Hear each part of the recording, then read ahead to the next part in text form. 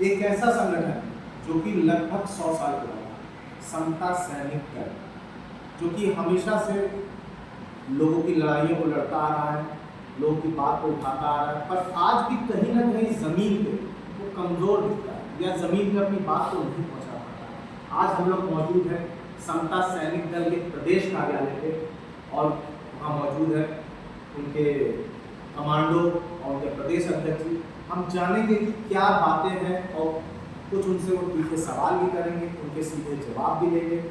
हम लोग मौजूद हैं बख्शी के तालाब पे राम जी राव नगर पीकेटी के पास, यहाँ पे इनका प्रदेश कार्यालय समता सैनिक दल होगा। और सबसे पहले हम स्वागत करते हैं अभिषेक जी का, जो कि कमांडो हैं। उसके बाद डॉक्टर मलखान जी, नमस्कार आपको, जो कि प्रदेश टाडा कमांडो है। और प्रदेश अध्यक्ष पीपी सिंह जी, आपका भी बहुत बहुत धन्यवाद। हिमांशु जी का धन्यवाद करते हैं कि और बात करते हैं सवालों का। जैसा कि सर मेरा सवाल आपसे है कि आपकी नज़र में सर गरीब व्यक्ति कौन है? ये बहुत नॉर्मल सा सवाल है, लेकिन इसके बहुत सारी बातें हैं, क्योंकि गरीब आप कौन से एंगल से वो समझते हैं? साधुवाद आपको, आपके सवाल को गरीब कौन है। बाबा साहब की लाइन में यदि कहे तो गरीब वह व्यक्ति है जिसके पास शिक्षा नहीं है, जिसके पास ज्ञान नहीं है।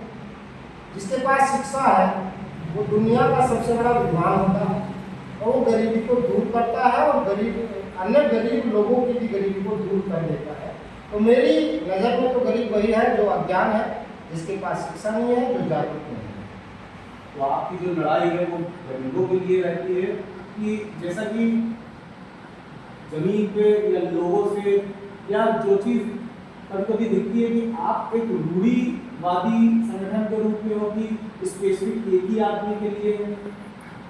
संगठन न तो रूढ़िवादिता के लिए काम करता है बल्कि रूढ़िवादिता के खिलाफ काम करता है। रूढ़िवादिता को खत्म करना है, हमारे महापुरुषों ने खत्म किया है।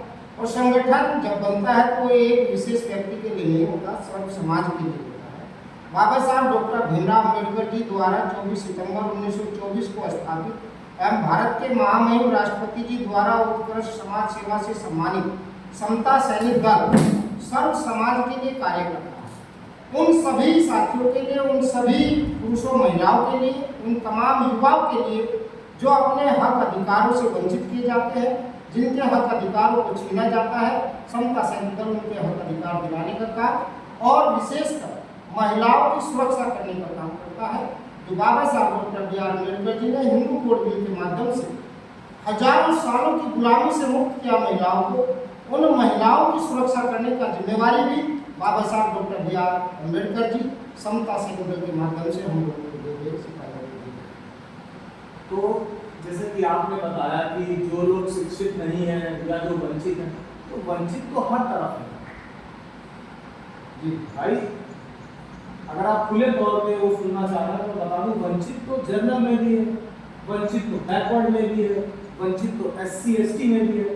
तो सिर्फ लड़ाई और जो लोग आपके साथ दिखते हैं वो सिर्फ एक ही कम्युनिटी के क्यों दिखते हैं? ऐसा नहीं है कि हमारे साथ, या तो आपका नजरिया ऐसा होगा, आपने एक ही कम्युनिटी के लोगों को देखा होगा। हमारे साथ सर्व सामान्य विकास, सर्व समाज के लिए हम काम करते हैं। हर वो व्यक्ति, हर वो समाज का व्यक्ति जो गरीब है, गरीब का मतलब हक अधिकारों से वंचित है। बाबा साहब ने समाज को 4 वर्गों में बांटा, सामान्य कैटेगरी, OBC, SC और ST। माइनॉरिटी के भी लोग इसमें आते हैं, OBC में। तो हम तमाम धर्मों के, तमाम जातियों के, तमाम वर्गों के लोगों के लिए समता सैनिक दल काम करता है। किसी विशेष जाति के लिए हमने काम कभी नहीं किया। और समता सैनिक दल में तमाम जातियों के वर्ग के लोग हैं। इसमें मुस्लिम भी है, इसमें SC के लोग भी हैं, OBC के लोग। हमारे साथ प्रदेश कैडर जी बैठे हैं, डॉक्टर मलखान सिंह यादव है, ये OBC के हैं। तो मेरे साथ में बराबर की कुर्सी पर रहते हैं, पूरे प्रदेश में काम करते हैं। हमारे राष्ट्रीय कार्यकारिणी में तमाम प्रकार के लोग हैं, तमाम धर्मों के, जातियों के लोग हैं, जनरल के भी लोग हैं। हमारे संगठन में सिंह भी है, हमारे संगठन में तमाम धर्मों के लोग हैं। लेकिन विचारधारा उसकी अम्बेडकरवादी विचारधारा जिसकी है और बौद्ध धर्म को, बौद्ध के शीलों का आचरण करता हो, वही समता सैनिक दल का सिपाही बन सकता है। क्योंकि जिसने बौद्ध का आचरण ही नहीं किया वो समाज को न्याय नहीं दिला सकता। और जिसने बाबा साहब की 22 प्रतिज्ञाओं, बाबा साहब के विचारों और बाबा साहब के संविधान का सम्मान नहीं किया, वो समता सैनिक में रहकर के समाज की सेवा नहीं कर सकता। इसलिए हम इन शर्तों पर ही सैनिक को भर्ती करते हैं। इन शर्तों के साथ ही शपथ ग्रहण भी कराते हैं और संविधान के दायरे में रहकर संवैधानिक तरीके से लोगों को न्याय दिलाने का काम करते हैं, सब समाज के लिए करते हैं। धन्यवाद। मैं अपने दर्शकों को बताना चाहता हूं कि जैसा कि प्रदेश अध्यक्ष जी ने बताया कि हम सभी जात, सभी धर्म, हम सबके लिए काम करते हैं।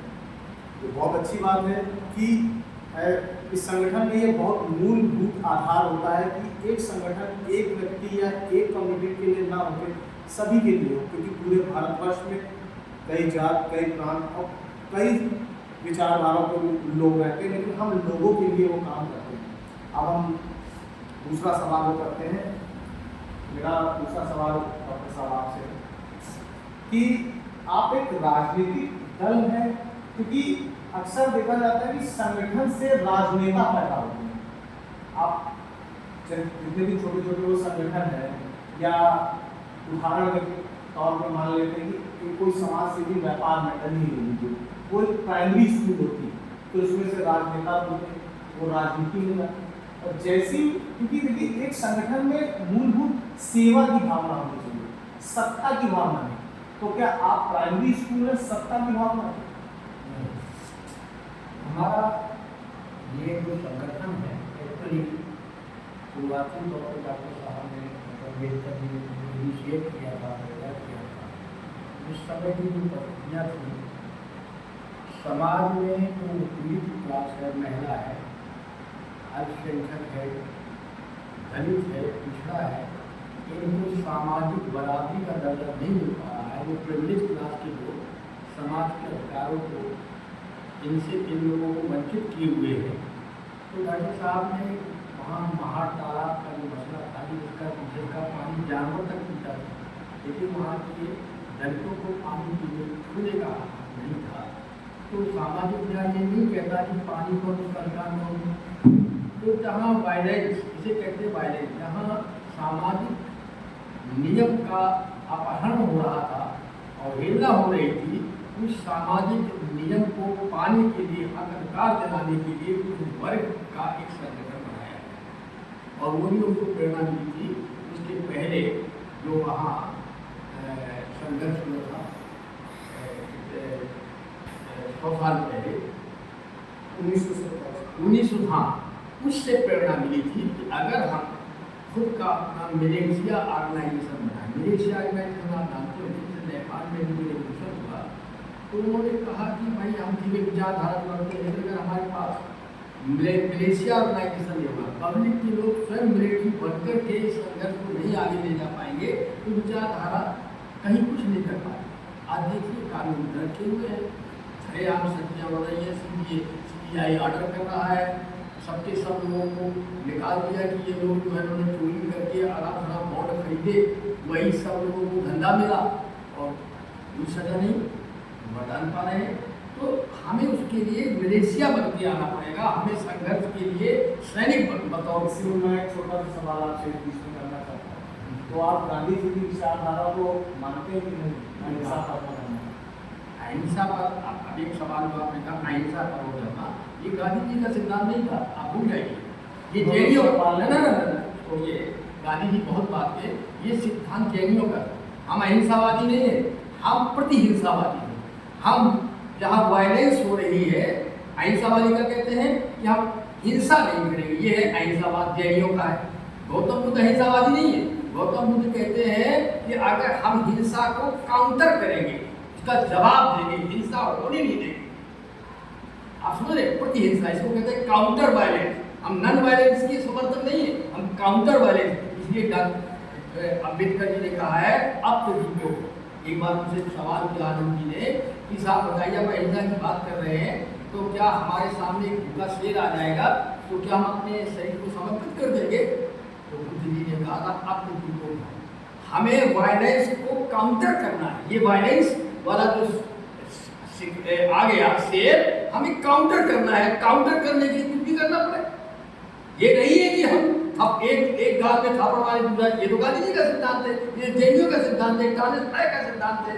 हम गांधीवादी नहीं, हम गांधी के उस सिद्धांत को स्वीकार करते हैं कि जनता को लेके चलो, इस बात को तो हम गांधी को स्वीकार करते हैं। लेकिन हम एक गाल में कोई थापड़ मारे दूसरा गाल हम वो कर दें, इसके हम पकड़ नहीं। न कभी बुद्धिज्म रहा है, ये बहुत बड़ा भ्रम उड़ाया जा रहा है कि बुद्धिज्म तो बिल्कुल अहिंसावाद है। हम काउंटर वायलेंस, नोट कर लीजिए, इस बात का प्रचार कर रहे हैं बाद में, हम प्रतिहिंसावाद, काउंटर वायलेंस, हम जवाब, हिंसा का जवाब देने वाले हैं, वो किसी भी तरीके से जवाब हो कोशिश करेंगे कि हमें हथियार न। अभी जैसे इजराइल का मैं एक वर्तमान उदाहरण दे रहा हूँ कि इजराइल ने गाजा में अब कितने बेगुनाह लोगों को सफाया किया, पूरा देश चिल्ला रहा, दुनिया चिल्ला रही, मुस्लिम कंट्री चिल्ला रही, कहीं कुछ नहीं। अब उसका जवाब अब काउंटर कुछ उसने जो अहिंसा किया उसका जवाब दिया जा रहा है। ये है काउंटर वायलेंस, ये काउंटर वायलेंस ही किया जा रहा है। अच्छा, जो मेरा मूल सवाल था आपका मूल सवाल यही मैं आ रहा हूँ। आपने एक सवाल और बीच में मूल सवाल गरीब का सवाल लाया है, उसका भी मैं अपने, हम गरीब किसको मानते हैं? गरीब का मतलब है कि देखिए कुदरत प्रकृति है, इंसान कुदरत में आया है और कुदरत में अपना श्रम करके उत्पादन करता है, अपना जीवन यापन करता है। जीवन यापन के लिए जमीन चाहिए, औजार चाहिए। तो एक्चुअली हम चाहते हैं, जो डॉक्टर साहब ने कहा था कि उत्पादन की शक्तियों का राष्ट्रीयकरण होना चाहिए। डॉक्टर अम्बेडकर ने कहा था जितनी भी उत्पादन शक्तियाँ, भारी उद्योग है, भारी उद्योग है, जमीन है, ये निजी नहीं होना चाहिए। जो जमीन को जोते हुए वो जमीन का स्वामी हुए, मालिक हुए, ये थोड़ी है। तो डॉक्टर साहब का जो सिद्धांत था ये मूर्ता समाजवादी सिद्धांत है। सारे समाजवाद का सिद्धांत यही से निकला है कि उत्पादन की शक्तियाँ सामूहिक होना चाहिए, निजी नहीं होना चाहिए। अयम निजा परा वेदा गणना नाम लग के साम, ये तो निस्तु में दिया गया कि ये मेरा है, ये तेरा, ऐसे गणना करने, ऐसी मान्यता वाले लोगों की गणना छोटी बुद्धि देखी जाती, जो आपका ऑपोजिट भी कह रहा है। तो गौतम बुद्ध का सिद्धांत इतना व्यापक सिद्धांत था कि उसी लोग प्रसिद्ध ने लिया। सारा जितना भी मानवता के सिद्धांत है ये बुद्ध से ही निकले हैं। ये अलग बात है कि मनुवादियों ने अपना मोहर लगा के स्टील लगा करके तो सनातन का मतलब जो परंपरा से चला रहा है।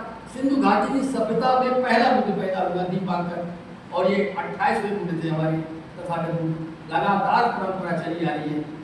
28-24 तीर्थंकर के जैनियों की वो भी बात का, और इनके यहाँ तो 10 अवतार हुए। जो सनातनी कहते हैं इनके यहाँ केवल 10, तो यह कौन छोटा हुआ? जिनकी यहाँ लंबी श्रृंखला है 28 की, 29 में हम डॉक्टर अम्बेडकर जी को आते, इन्होंने भी गौतम बुद्ध के तथागत बुद्ध के सिद्धांत को आगे बढ़ाया। इसलिए मैं तो कहता हूँ भीमयानी हूँ, मैं तो कहते हैं 29 में बोलूँ। इन्होंने जो विचारधारा राजकाज छोड़ करके और जंगलों में धम्म निर्माण की परंपरा चलाई थी, डॉक्टर साहब ने उसमें नई क्रांति की। गृहस्थ को भी सामाजिक न्याय के लिए एक नया चैप्टर रखा है इन्होंने, जो डॉक्टर अम्बेडकर का है। तो गरीब का मतलब है उत्पादन की शक्तियां से वंचित होना। माने मैं किसान हूँ, मेरे पास जमीन होनी चाहिए, मेरे पास हल होना चाहिए, मेरे पास बैल होना चाहिए, और इनसे मैं वंचित हूँ, इसको हम गरीब। उत्पादन श्रम करने की क्षमता, लेकिन श्रम के साधन से वंचित है, तो इसको कहते हैं गरीब। ये गरीब की मतलब वैज्ञानिक परिभाषा। हम वहाँ जात का कोई प्रश्न नहीं। तो ये गरीब का। अब दूसरा क्वेश्चन आपने जो किया थोड़ा अभी सुनना है। मेरा सवाल ये था कि आप जो ये संगठन है ये राजनीतिक हमारा संगठन, वैसे कोई भी काम होता है, डॉक्टर अम्बेडकर जी ने कहा है कि हर चीज की ताली जो पूंजी जो है क्या नाम है, राजनीति। हम राजनीतिक हैं, लेकिन अब सवाल आता है राजनीतिक होने का मतलब ये नहीं कि राज सत्ता को हत्या करके राजनीति